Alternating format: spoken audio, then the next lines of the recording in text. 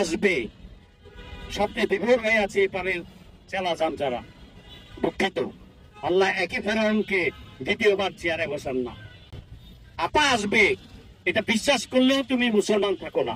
আইনের আওতায় আসবে এক সময় না এক সময়, আজ না হয় কাল বা পরশু আসবেই। আল্লাহ আছে তো, আসবেই তোমরা কোনো না কোনো ভাবে। কলেমা পড়ার টাইমও হয়তো পাবে না।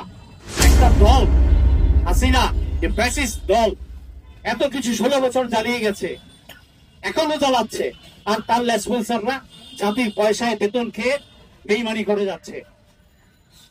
আমি লেসপন্সারদেরকে বলতে চাই, নেপালি স্টাইল জারি হওয়ার আগে ভালো হয়ে যাও। তোমরা ভালো থাকো, চাকরি করে খাচ্ছ, খাও, কিছু বলছি না। আইনের আওতায় আসবে এক সময় না এক সময়, আজ না হয় কাল বা পরশু আসবেই। আল্লাহ আছে তো, আসবেই তোমরা কোনো না কোনো ভাবে। ভেবো না কেউ দেখে না। 1 বছর পরে 5ই আগস্টের পর 1 বছর পার হয়ে গেছে, 13 মাস।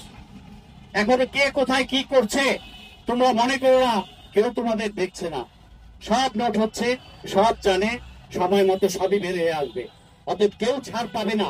ওদিকে যদি কাউয়া চালাক মনে করো, কাক যেমন বালির মধ্যে মাথা গুঁজে রেখে মনে মনে কেউ তোরে দেখে না। আরে তুমি তো কাউয়া চালাক, তুমি কাউকে দেখছো না, যে তোমাকে যারা দেখছে তুমি তাদের দেখতে পাচ্ছ না। লেসপেন্সাররা ভালো হয়ে যাও, সাবধান করে দিচ্ছি। এর মধ্যে আমার জাতি ভাইরাও আছে, আমার জাতি ভাইরাও আছে, বিভিন্ন বাহিনীর ভাইরাও আছে। সাবধান হয়ে যাও। নেপালি স্টাইল জারি হয়ে গেলে তখন আর বলতে পারবে না, কলেমা পড়ার টাইমও হয়তো পাবে না। আর আইনের খাতাতে বলবেই, এতে কোনো সন্দেহ নাই। অতএব এই যে হাসিনা এখনো এই কাজ করে যাচ্ছে এবং আগামীতে স্বপ্ন দেখছে জাতীয় পার্টির কাঁধে ভর করে আবার আওয়ামী এমপি কিছু পাবে, সংসদে আসবে, আবার তাজা হয়ে বসবে। আপা আসবে স্বপ্নে বিভোর হয়ে আছে এপারের চেলা চামচারা। দুঃখিত, আল্লাহ একই ফেরাউনকে দ্বিতীয়বার চেয়ারে বসান না। অন্য ফেরাউন হয়তো আসে, বাট ওই একই ফেরাউনকে নজির নাই ইসলামের ইতিহাসে, পৃথিবীর ইতিহাসে। একই সাদ্দাম আসেন নাই, একই হিটলার আসেন নাই। অতএব আপা আসবে এটা বিশ্বাস করলেও তুমি মুসলমান থাকো না। আপা আসবে না। এবার আমরা ওই আপার কথায় 2, 4, 500, 1000 টাকার নোট পাও আর রাস্তায় ফাল করে পরে নেমে যাও।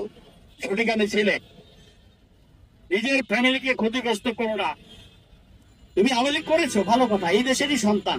অপরাধ করেছো, ক্ষমা চাবে, আইনের হতে আসবে, মাফ হয়ে যাবে, ভালো হয়ে যাবে, তওবা করে ভালো হয়ে যাবে।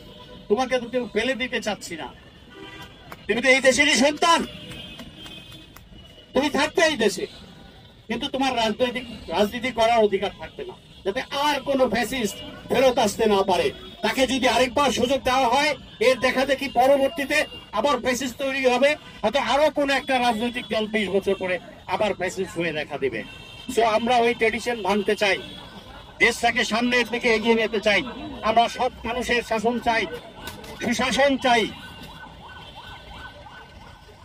সাম্য চাই, মর্যাদা চাই।